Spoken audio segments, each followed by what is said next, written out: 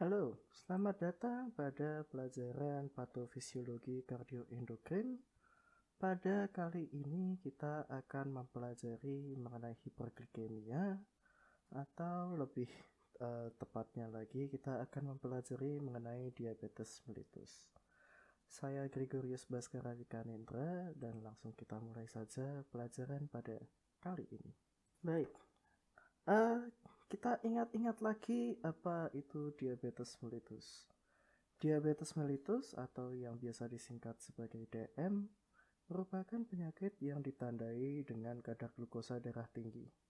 Keadaan ini disebabkan oleh gangguan pada hormon insulin, yaitu gangguan produksi insulin atau resistensi insulin di berbagai jaringan. Oleh karena itu, glukosa tidak bisa masuk ke dalam sel dan menumpuk di pembuluh darah. Padahal sel kita membutuhkan glukosa untuk menghasilkan energi dan pekerjaan lain. Akibatnya, jaringan membutuhkan sumber energi lain, yaitu dari lemak dan protein. Gejala DM yang paling sering ditemukan adalah hipoglikemia, yaitu peningkatan glukosa dalam darah. Kemudian polidipsia, menjadi banyak minum atau sering haus. Kemudian poliuria, karena sering minum kemudian banyak urin, jadi sering bolak-balik buang air kecil, terutama pada malam hari karena produksi keringatnya sedikit. Polifagia, cepat merasa lapar, dan stupor. Pada keadaan yang parah bisa jadi penurunan kesadaran dan tidak responsif terhadap lingkungan. Kemudian kita lanjut ke klasifikasi. Jadi diabetes itu ya DM ya. Jadi saya pada kali ini ya diabetes yang saya maksud itu diabetes mellitus atau DM. Itu bisa dibagi berdasarkan etiologinya. DM tipe 1, DM tipe 2, dan tipe-tipe yang lain. DM tipe 1 bisa juga disebut sebagai insulin dependent diabetes mellitus.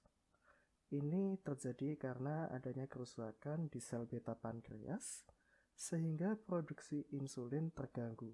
Jadi pasien mengalami defisiensi insulin absolut.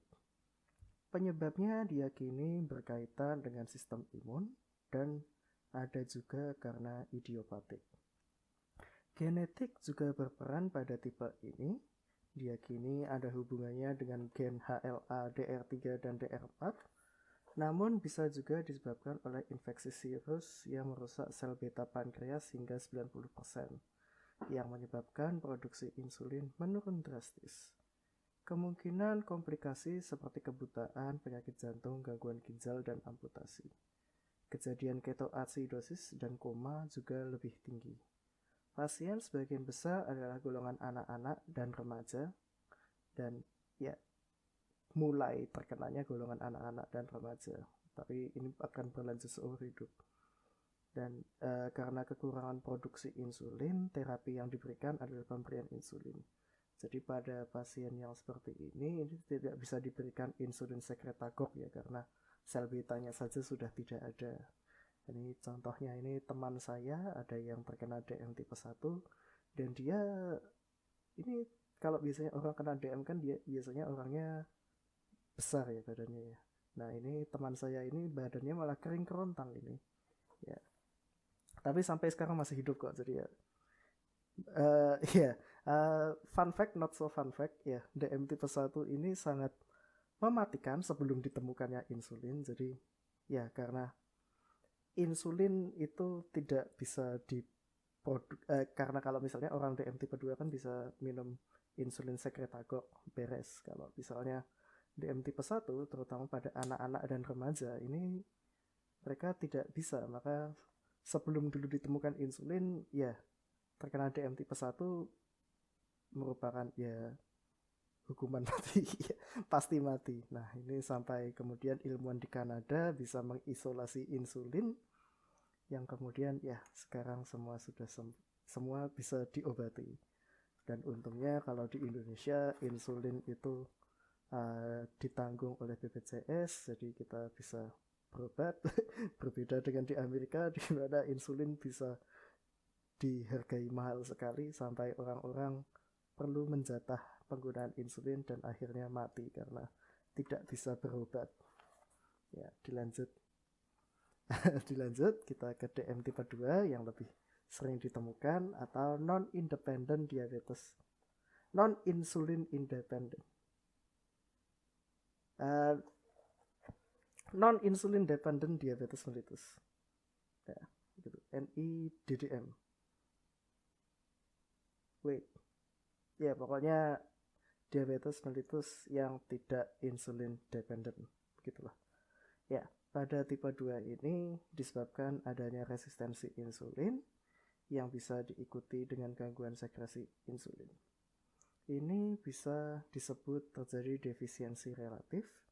Pada tipe ini sel beta pankreas tidak mengalami gangguan, tetapi reseptor insulin di jaringan mengalami resistensi. Jadinya insulin tidak bisa bekerja karena tidak berikatan ke reseptornya dengan baik, seolah-olah pasien kekurangan hormon insulin. Penyebab tipe 2 ini karena faktor genetik dan lingkungan. Biasanya pasien berusia di atas 40 tahun dan kemungkinan untuk ketoasidosisnya lebih kecil. Kemudian untuk tipe-tipe lainnya ini ada juga DM karena defek genetik pada fungsi sel beta, yaitu maturity onset diabetes of the young dan mitokondria DNA. Selain itu bisa juga defek di kerja insulinnya. Kemudian penyakit eksokrin pankreas seperti pankreaktomi, pengambilan pankreas, pankreatitis, radang pankreas, dan pankreatopati fibroculus. Kemudian endokrinopati atau penyakit endokrin. Itu penyakit endokrin misalnya sindroma Cushing, acromegaly, pheochromocytoma, dan hipertiroid. Ini bisa terjadi pada DM sekunder. Kemudian karena obat-obatan misalnya penggunaan glukokortikoid, hormon tiroid, thiazid, dan asam nikotinat, ini dapat menyebabkan hiperglikemia. Kemudian infeksi rubella dan CMV dapat menyebabkan hiperglikemia.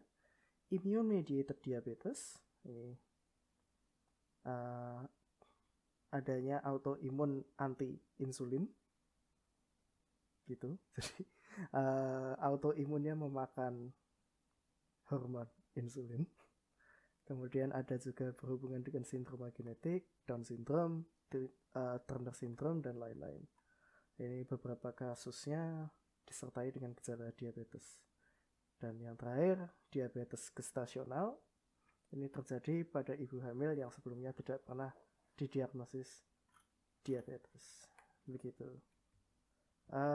Ya, kira-kira seperti itu untuk diabetes dan penyakit-penyakit hiperglikemia lainnya untuk klasifikasinya.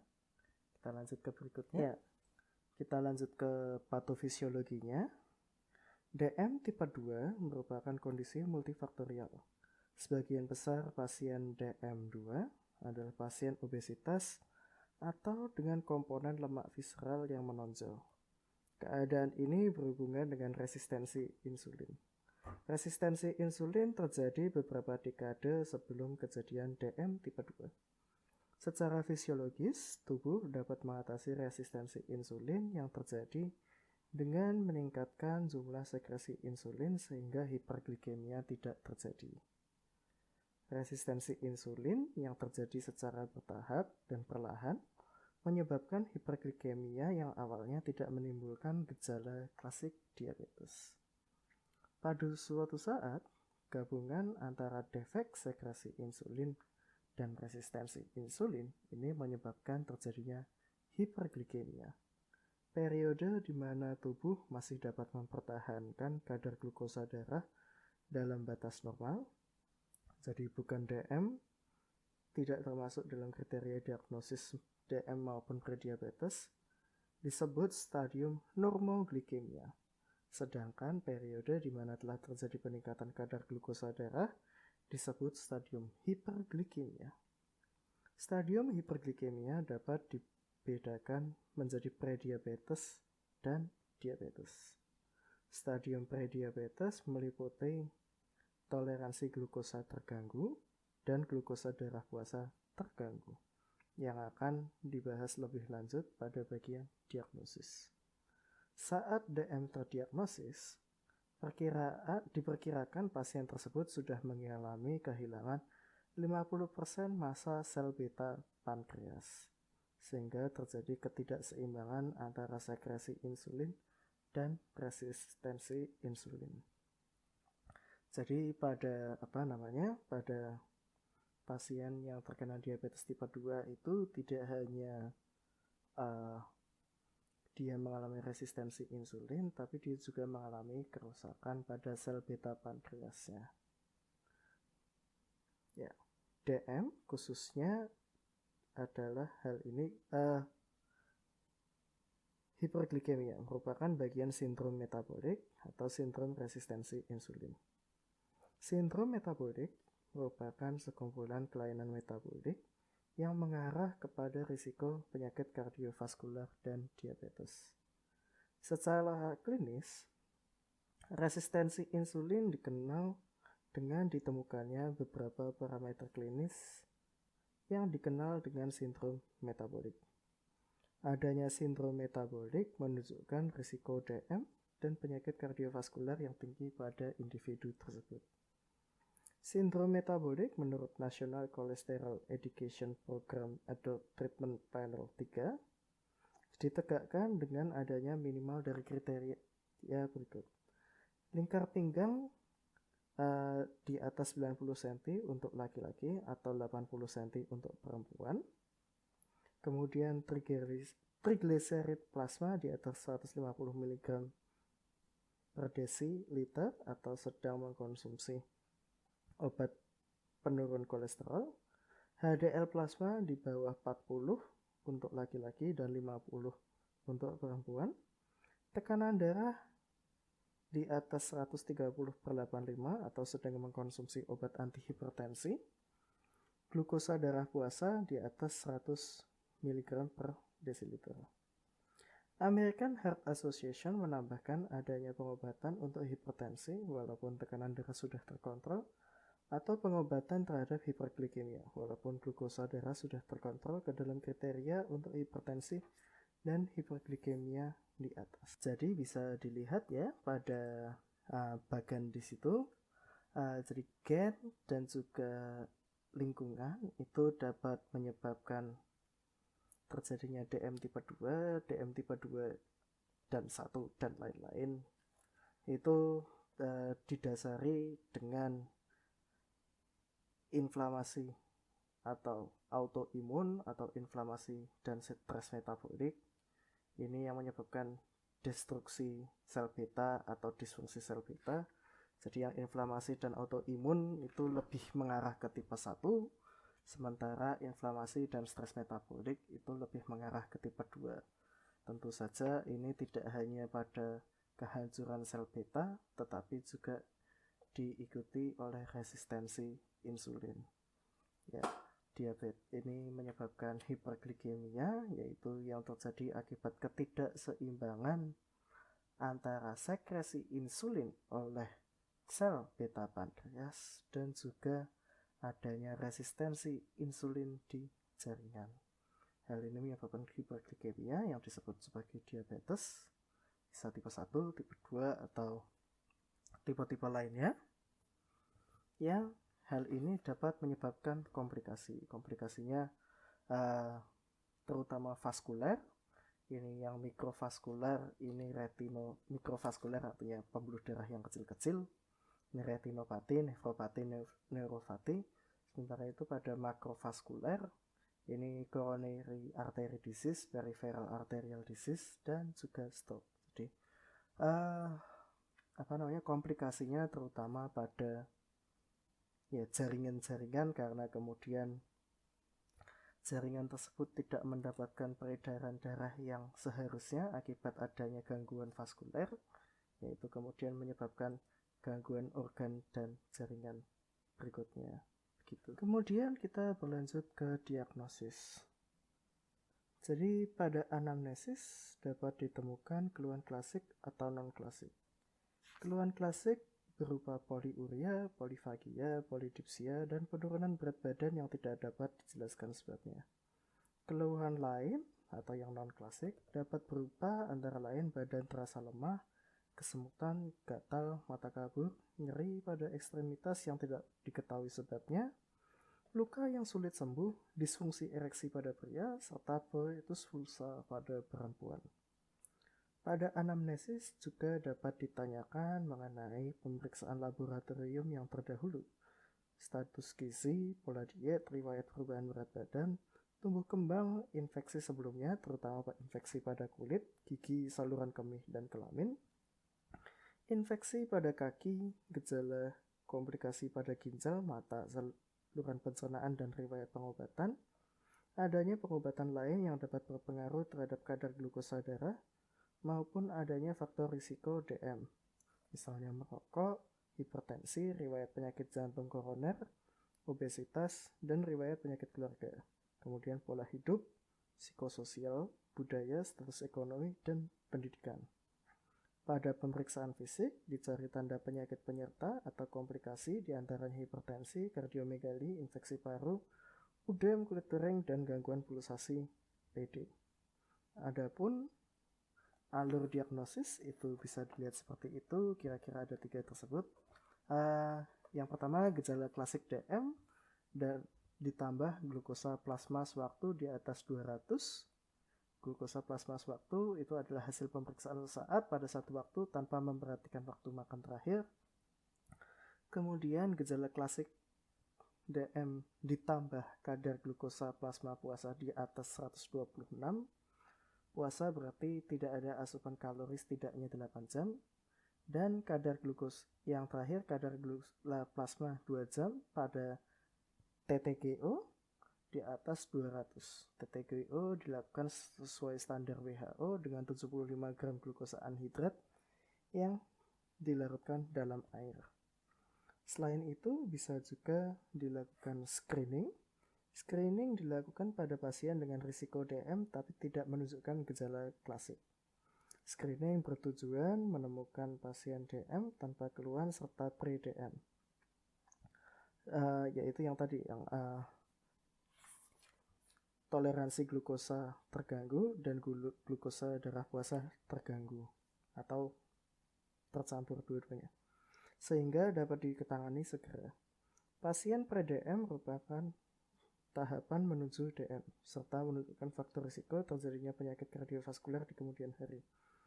Screening dilakukan dengan pemeriksaan GDS atau GDP. Untuk menentukan status pre-DM dilakukan pemeriksaan TTG. Untuk pemeriksaan, kira-kira pemeriksaan apa saja yang bisa dilakukan? Nah, ini yang pertama-tama ada pemeriksaan urin. Yang bisa diperiksa itu glukosa, mengecek apakah ada glukosa dalam urin. Pada pasien DM sering ditemui glukosuria. Ya, makanya kenapa DM itu nama umumnya itu adalah kencing manis ya. Ada gula di dalam darah. Jadi kalau misalkan kencing kemudian bekas kencingnya dirubung semut, nah itu berarti tanda-tanda DM. Kemudian albumin, mikroalbumin bisa mendeteksi lesi di ginjal seperti nefropati diabetes, dan mikroalbumin memeriksa lebih sensitif dan spesifik karena bisa mengukur kadar albumin yang lebih rendah. Kemudian badan keton untuk mengecek komplikasi ketoasidosis dan sedimen. Kemudian berikutnya adalah pemeriksaan darah. Yang pertama-tama glukosa darah. Prinsip pemeriksaan glukosa itu ada 3. Yang pertama reduksi. Berdasarkan sifat glukosa yaitu reduksi kita melihat perubahan warna. Karena glukosa bisa mereduksi kupri menjadi kupro dan feri menjadi fero. Itu kemudian metode tersebut digunakan untuk mendeteksi glukosa. Namun metode reduksi ini bisa diganggu oleh adanya bahan lain, misalnya vitamin C atau asam salisilat, jadi hasilnya bisa positif palsu. Berikutnya ada prinsip kondensasi. Ini juga melihat perubahan warna dengan menggunakan O-toluidin. Yang berikutnya enzimatik. Ini lebih spesifik karena hanya bisa mengubah glukosa. Enzim yang bisa dipakai itu glukosa oksidase, heksokinase, dan dehidrogenase.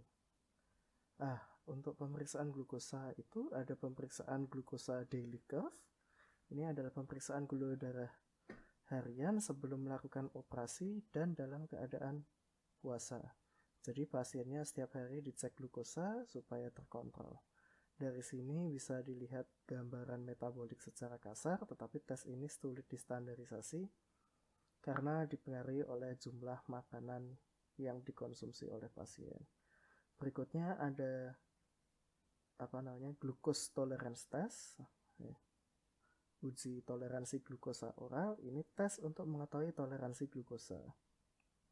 Jadi caranya adalah 3 hari sebelum tes itu makan biasa, kemudian saat pemeriksaan harus puasa, cek glukosa saat puasa, kemudian memberikan 75 gram glukosa yang dilarutkan dalam air 300 ml, kemudian ukur glukosa darah 1 dan 2 jam setelah pemberian, atau 2 jam saja. Saat ini GTT, glucose tolerance test ini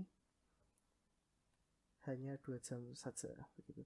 Kemudian berikutnya ada HbA1c. HbA1c ini merupakan pengikatan hemoglobin dan glukosa di darah.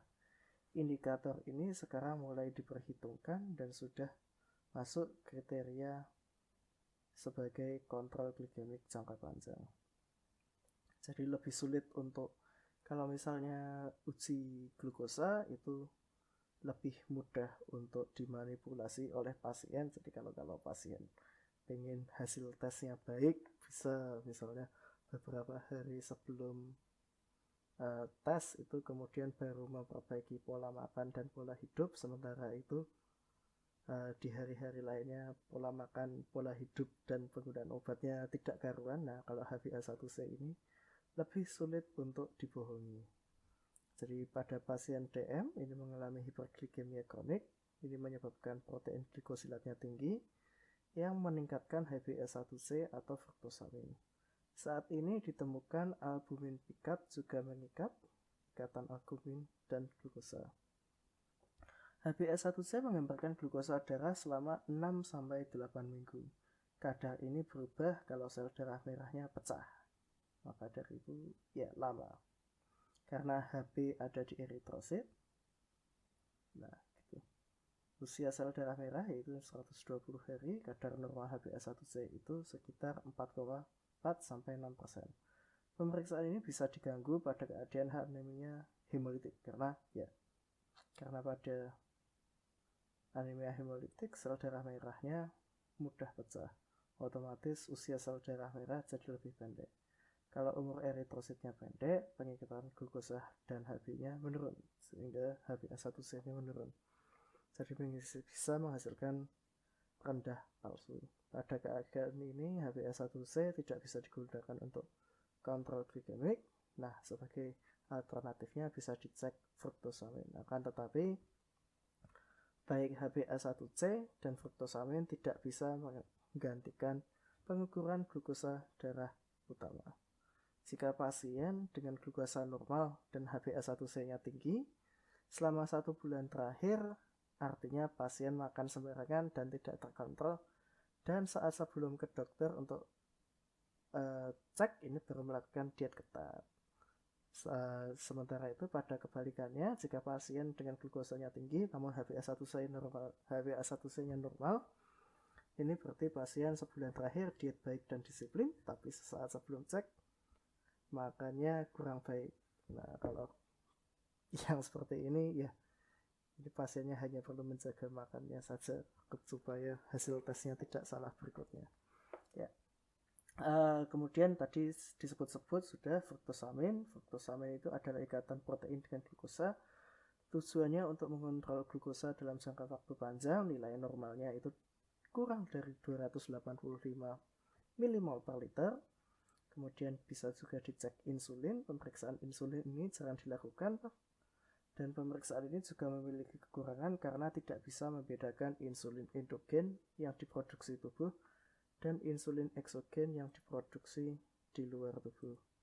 Berikutnya ada C-peptide. Pemeriksaan ini sebagai alternatif dari pemeriksaan insulin. Bisa dibilang kalau pemeriksaan C-peptide sama saja kita periksa insulin, karena asal mereka sama, yaitu dari proinsulin. Kadar C-peptide dan insulin ekivalen atau sama. Keuntungannya C-peptide ini tidak dipengaruhi oleh insulin eksogen atau antibodi insulin sehingga bisa mengukur fungsi sel beta pankreas. Sampelnya bisa diambil dari darah dan urin. Yang terakhir ada keseimbangan asam basa. Ini dilakukan pemeriksaan kalau ada dugaan ketoasidosis diabetik dan biasanya pada pasien DM yang tidak terkontrol. Ditandai dengan HCO3 turun untuk menetralkan asam. HCO3 banyak dikeluarkan dan PCO2-nya akan turun karena kompensasi parut dengan cara hiperventilasi. Kira-kira begitu untuk pemeriksaan-pemeriksaan darah yang bisa dilakukan pada diabetes. Kita lanjut ke section berikutnya. Berikutnya adalah tata laksana. Tata laksana DM secara adekuat bertujuan untuk menghilangkan keluhan dan tanda DM. Kemudian untuk jangka pendek, mempertahankan rasa nyaman dan mencapai target glukosa darah. Sementara itu pada jangka panjang mencegah serta menghambat progresi penyakit mikroangiopati, makroangiopati, dan neuropati. Untuk mencapai tujuan tersebut perlu dilakukan upaya pengendalian menyeluruh terhadap glukosa darah, tekanan darah, berat badan, dan profil lipid. Agar tujuan tersebut dapat tercapai perlu dilakukan pengelolaan secara holistik dengan mengajarkan perubahan gaya hidup dan perawatan mandiri. Jadi untuk prinsip penata laksanaan DM itu ada 4: edukasi, terapi nutrisi medis, aktivitas fisik, dan terapi farmakologis.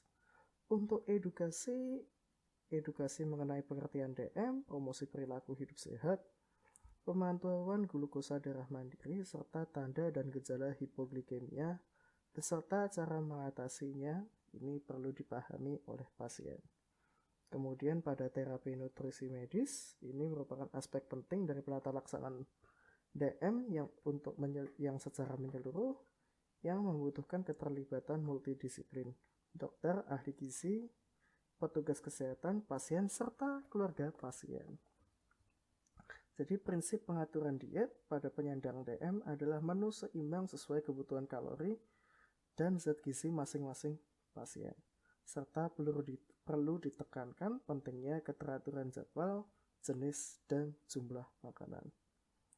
Kebutuhan kalori dilakukan dengan memperhitungkan kalori basal.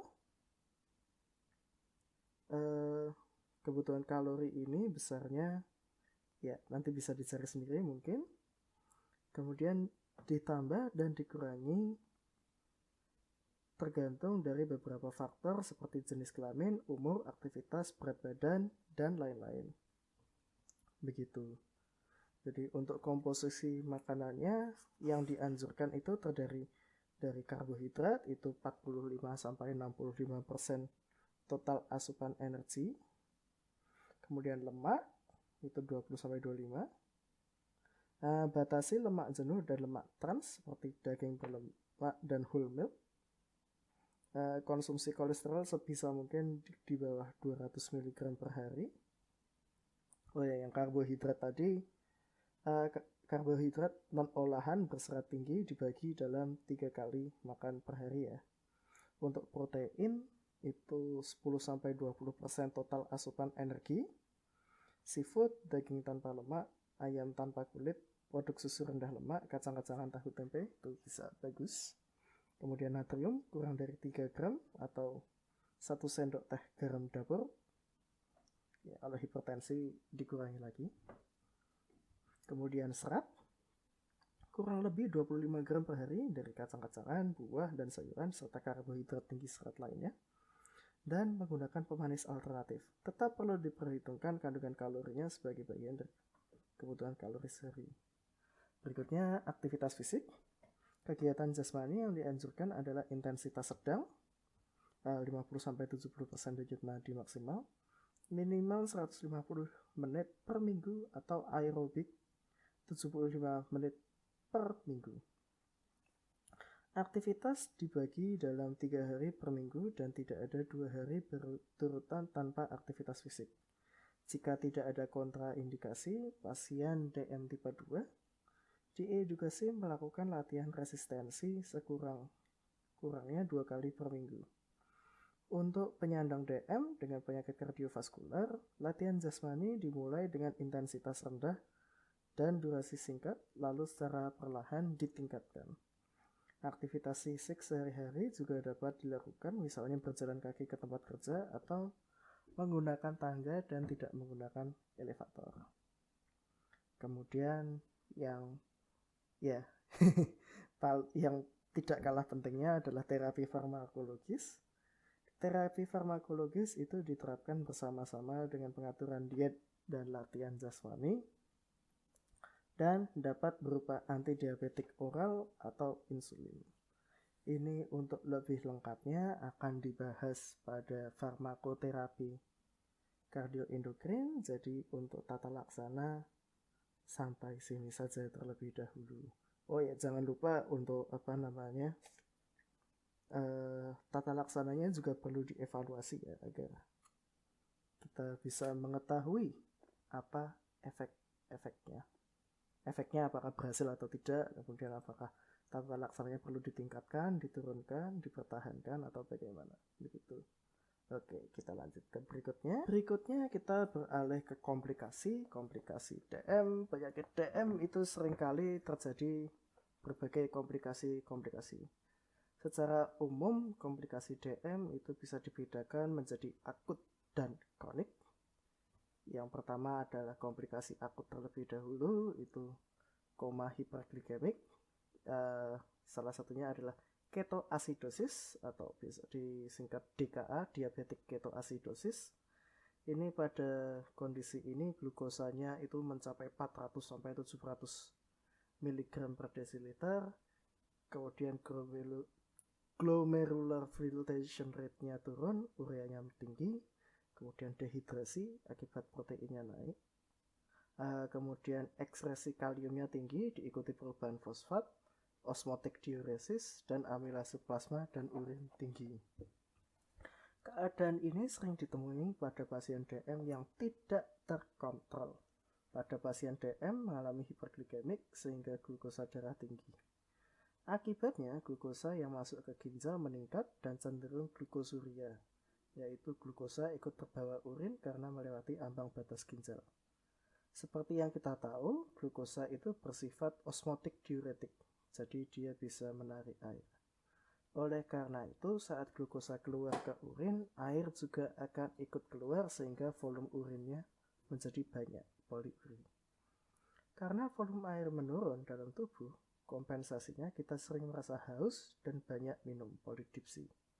Pada keadaan berat bisa terjadi hipotermia. Nah, di samping itu selain glukosa dan air banyak dikeluarkan, berbanding terbalik keadaannya di dalam jaringan-jaringan tubuh. Mereka malah akan kekurangan sumber energi, yaitu glukosa. Jadinya mereka akan mencari sumber lain dari lemak dan protein dengan cara gluconeogenesis dan lipolisis. Salah satu proses yang perlu diperhatikan adalah asam lemak dari proses lipolisis yang diubah menjadi badan keton. Badan keton ini bersifat asam karena semakin banyak diproduksi, keadaan semakin asam dan menyebabkan metabolic acidosis. Ini kemudian ditandai dengan pH-nya menurun, CO2 tinggi yang kompensasinya ke paru.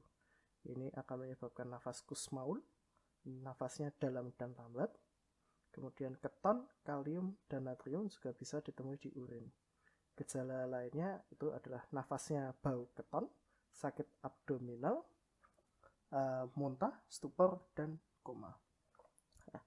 Kenapa kemudian bisa ada kalium tinggi di urin dan rendah di darah? Jadi pada keadaan asidosis, ion hidrogen itu tinggi di ekstrasel, berusaha masuk ke intrasel bertukar dengan kalium. Saat diperiksa seolah-olah kalium tinggi. Setelah diberi terapi, hidrogennya menurun, sementara kaliumnya masuk ke dalam sel lagi, seolah-olah kaliumnya rendah di darah. Tadi disebut-sebut keton. Apa sih itu keton? Badan keton itu terdiri dari beta hidroksibutirat 78%, asetoasetat 20%, dan aseton 2%. Ini pemeriksaannya bisa dipakai sampel darah atau urin. Pemeriksaan yang sering dilakukan adalah mendeteksi asetoasetat atau aseton. Perlu diperhatikan, sampel terutama urin harus diperiksa segera karena aseton bisa menguap dan asetoasetat bisa berubah menjadi aseton dan ikut menguap juga. Namun sekarang itu banyak ada metode baru, yaitu langsung cek hidroksibutirat yang relatif stabil dan jumlahnya paling banyak. Pemeriksaan keton ada yang basah dan ada yang kering. Pemeriksaan basah yaitu tes Rotera dan Gerhardt. Ada juga pakai alat elektronik seperti glukosameter untuk menghasil mengukur keton. Hasilnya normal itu di bawah 0,6 mmol, dan jika sudah di atas 1 itu ketotik, di atas 3 itu ketoasidosis. Gitu. Tadi selain DKA, diabetik ketoasidosis, pada koma hiperglikemik itu juga bisa terjadi hiperosmolar hiperglikemik HHS. Nah, ini terjadi hiperosmolalitas karena osmotic diuresis. Ini bisa koma tanpa ketoasidosis. Jadi saat keton diperiksa tidak ditemukan atau kadarnya sangat rendah. Gejala yang paling jelas adalah dehidrasi. Terapi yang dilakukan untuk menjaga keseimbangan cairan, insulin, dan pemberian kalium. Dan yang terakhir itu adalah asidosis laktat. Pada kondisi ini terjadi penumpukan laktat dari hasil glikolisis anaerob. Laktat tidak bisa lagi balik ke piruvat dan jadi menumpuk. Bisa juga terjadi hipoksia setelah serangan jantung pada pasien DM. Siklus Krebs dan gluconeogenesis menurun karena butuh oksigen. Kadar plasma laktat itu di atas 26 mg per desiliter. Kemudian bisa disimpulkan untuk mengetahui adanya komplikasi akut itu bisa melakukan pemeriksaan glukosa darah, analisis gas darah, elektrolit, keton di darah dan urin, laktat, dan osmolalitas. Perhatian ya, pemeriksaan keton jangan saat pengobatan dan pakailah urin segar. Untuk laktat, vena tidak boleh dibendung karena bisa ada penumpukan. Ini perlu disentrifugasi secara cepat dalam 30 menit. Untuk pemeriksaan elektrolit, serum perlu dipisah terlebih dahulu dari eritrosit dalam 2 jam. Jangan terjadi hemolisis karena bisa jadi kaliumnya meningkat karena hemolisis tadi. Kemudian untuk analisis gas darah, pasien harus rileks dan suhunya diukur. Pada bayi, kulit harus dihangatkan dulu agar kondisi sama dengan arteri. Kalau sampel darah diberikan heparin berlebih bisa mengalami dilusi. Kalau kekurangan bisa merusak instrumen karena bisa tiba-tiba mengental di dalam instrumen pemeriksaan begitu. Kemudian untuk komplikasi akut berikutnya, ini yang kebalikannya adalah koma hipoglikemik begitu. Untuk koma hipoglikemik ini biasanya pada pasien DM yang ketakutan akan penyakitnya, jadi makan obat berlebihan atau kemudian makan obat biasa, kemudian dia kurang makan atau beraktivitas terlalu berat, ya begitulah. Ya, jadi untuk pasien DM yang kena koma hipoglikemik itu terapinya adalah hanya dikasih glukosa saja, dan atau misalnya kalau overdosis obat antidiabetik oralnya tentunya dihentikan gitu. Jadi cara paling mudahnya adalah cek dengan glukosa terlebih dahulu apakah meningkat sekali atau menurun sekali. Berikutnya untuk komplikasi kronis itu bisa yang terjadi secara vaskuler maupun non vaskuler. Begitu. Untuk vaskulernya itu makrovaskuler dan mikrovaskuler. Makrovaskuler itu penyakit jantung koroner, penyakit arteri perifer, penyakit cerebrovaskular, dan kaki diabetes.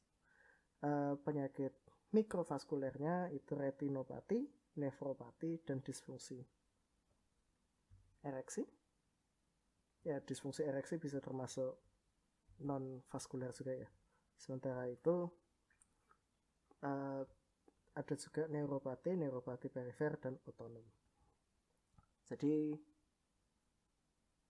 ya kira-kira seperti itu. Ini yang sering itu adalah nefropati ya. Jadi pasien yang DM dalam jangka panjang itu bisa mengalami gagal ginjal. Nah, ini nefropati diabetik. Nefropati ini timbul seiring dengan keadaan hipoglikemik yang kronik. Ini didukung dengan faktor metabolik, lingkungan, dan faktor genetik. Namun mekanismenya belum jelas. Ya. Pada DM tipe 1 lebih rentan karena sekitar 20-40%-nya terkena. Sementara pada DM tipe 2-nya 5-10% yang terkena. Nefropati diabetik ada 5 stadium. Intinya pada stadium 3 itu sudah mulai timbul gejala, yaitu GFR-nya menurun dan ditemui mikroalbuminaria 30-300 mg per hari dan masih bersifat reversible. Sedangkan pada stadium 4 ini sudah ada gejala klinis dan makroalbuminaria di atas 300 mg per hari dan sudah bersifat irreversible. Sementara pada stadium 5 sudah harus melakukan hemodialisa. Maka dari itu penting kalau misalnya terkena DM itu perlu dikendalikan agar tidak sampai kemudian gagal ginjal. Untuk menegakkan diagnosis nefropati diabetik harus ditemukan albumin lebih dari 30 mg di dalam urin dari 2 dari 3 sampel urin selama 3-6 bulan positif tanpa adanya infeksi saluran kemih, demam, aktivitas atau hipertensi. Untuk yang non-vaskuler, pasien DM selain mengalami peningkatan glukosa juga terjadi peningkatan lipid mulai dari trigliserid, LDL, dan penurunan HDL. Akibatnya pasien DM rentan terkena penyakit lain terutama kardiovaskuler. Perubahan kadar lipid atau dislipidemia ini terutama disebabkan oleh LPL, yaitu enzim yang berperan mendegradasi trigliserid, VLDL, LDL, dan lain-lainnya terganggu.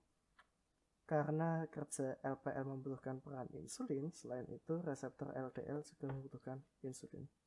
Jadi kesimpulannya pada komplikasi kronik itu ya banyak yang bisa terjadi, dari mulai penyakit jantung koroner, kemudian retinopati, jadi mulai dari penyakit jantung, penyakit otak, kemudian kaki diabetes, kebutaan, gagal ginjal, disfungsi ereksi, kebas ya banyak ya untuk komplikasinya.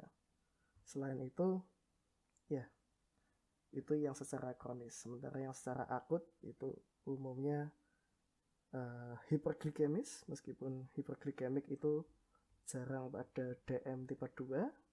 Yang lebih sering pada DM tipe 2 itu adalah hipoglikemi. Hipoglikemi karena efek samping obat. Ya, ini antara penggunaan obatnya berlebih atau kemudian makannya kurang atau aktivitasnya berlebih.